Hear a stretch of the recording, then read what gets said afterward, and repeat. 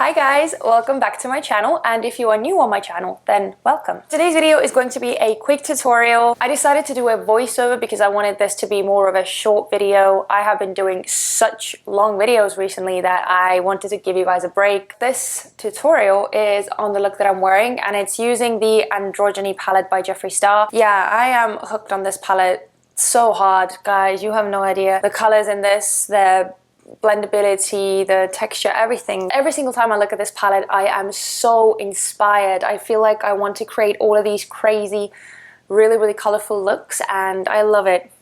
I absolutely love it. I did not expect it to be this good, especially considering that these colors are so colorful and so bold. They really don't have all that much fallout to them, even though they are extremely pigmented and they are very easy to blend out, but they are not like overly powdery. The formula on these is something very special. I'm hooked. As I said, I am completely hooked, and I have not been able to stop playing with this. This is one of the first looks that I created when I got this palette.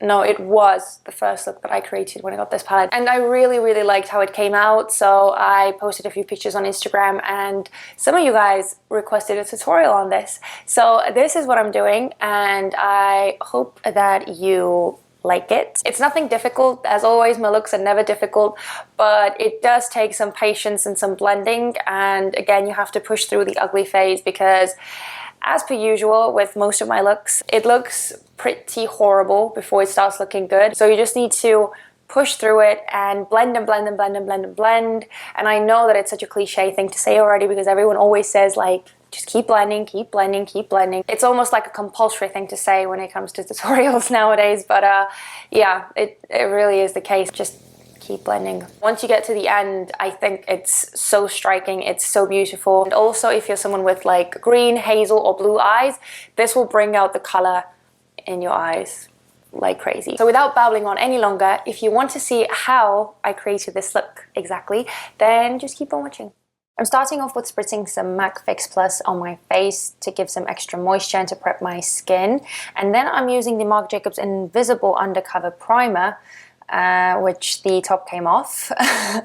And yeah, I was a bit confused as to how that happened or why that happened. Thankfully, it didn't break in half. It just came off and I could screw it back on. I just prime my face as normal. I use the NARS Soft Matte Complete Concealer in the shade Vanilla to prime my eyelids. Once that was done, I went in with the Catrice Cream Camouflage Concealer in the Wake Up Effect, and I used that underneath my eyes to cover up those dark circles. And to set the primer on my eyelids, I used L'Oreal's Nude Magique BB Powder in the shade Light. So now we were all ready for eyeshadow, and I went in the Androgyny palette, starting off with the shade Charm. I'm taking this on a fluffy blending brush and putting it in my crease, and as you can see, I'm a bit shocked on how pigmented these shadows are.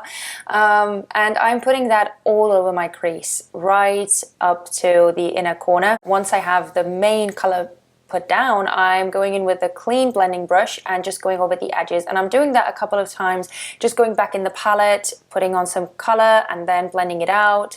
And I'm doing that until I am happy with how the first sort of transition shade is looking like, that it has enough pigment but that it's also blended out. Then I went in the shade Poison, which is a beautiful teal color. It is the most stunning combination of blue and green, and I am taking a very light amount, putting it in the crease, mainly in the lower crease, and I'm blending it in with the orangey shade that we just put down as our transition color.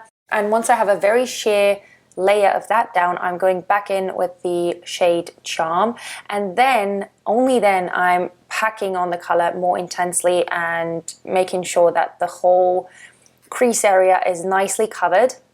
And that will be the kind of sandwich color between the main shadow on the lid and the crease area, which is the orange shade. Once again, I went over with the Charm shade to bring the orange back in to the look that we kind of blended away, and went back in with the fluffy crease brush to blend the edges again. Now I'm going on to the main color, which is Swallow, and I am packing that very intensely on the eyes. As you can see, I'm creating this halo effect, mainly focusing the shadow on the outer V and also in the inner corner.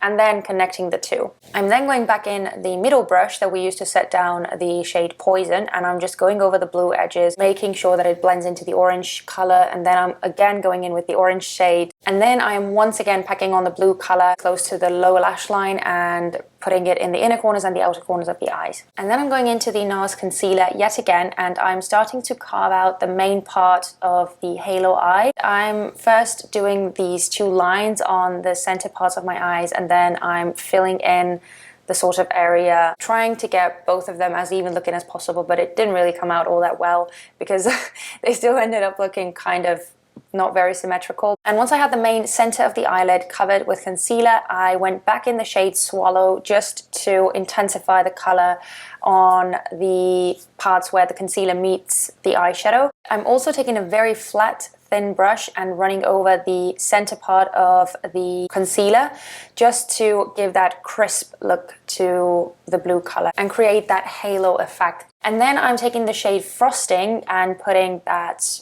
on the concealed part. I went back in with the shade Swallow just to run over the edges again and bring back the intensity of the blue shade, and then once again going into the shade Charm and bringing back that orangey warmth. As a last thing, I'm going over the whole sort of transition part again. Then it was time to clean up underneath the eyes, and I'm using the Garnier by Phase Micellar Cleansing Water in Oil, and then I am curling my lashes and applying some mascara. And I was trying to show you guys what the mascara actually said, but it wasn't visible. I used the Catrice Clam and Doll False Lashes Mascara, and then I'm applying some falsies as always. I'm using the House of Lashes Starlet lashes, which are one of my favorite falsies at the moment. Taking the Catrice HD Liquid Coverage Foundation, I'm using the shades Light Beige and Sand Beige and mixing those two together and beauty blending them on my skin. And just as a heads up, I'm going to be using a lot of Catrice products in this video.